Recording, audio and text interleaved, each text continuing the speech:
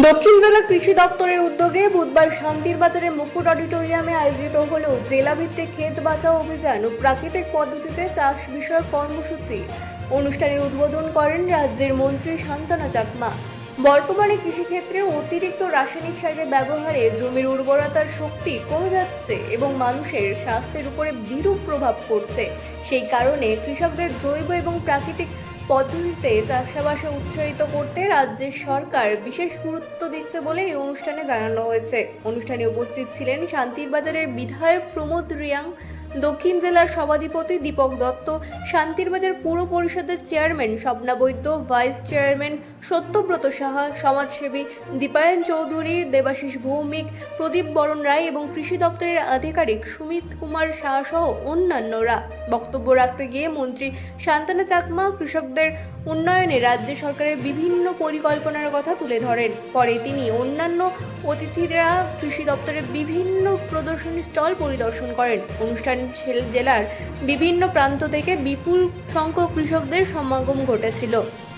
Bureau report, রাতদিন news network.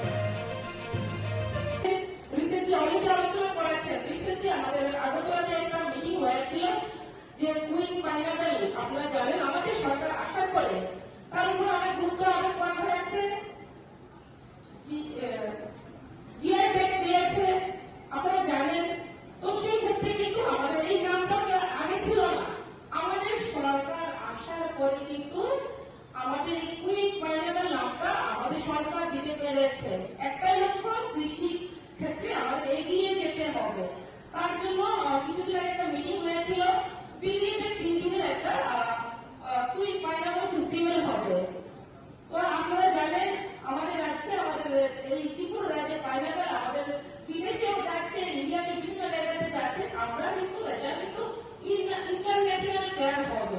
International যে ফেস্টিভ্যালটা হবে সেখানে অনেকেই পার্টিসিপেট করবেন। আমাদের বিভিন্ন এমপিরা, এমএলএরা, লোকাল যে দিল্লি যারা আছেন প্রত্যেকেই থাকবেন, পাশাপাশি ত্রিপুরা থেকে অনেকেই যাবেন। তো 3 দিন 27, 28, 29 তারিখ পর্যন্ত চলবে।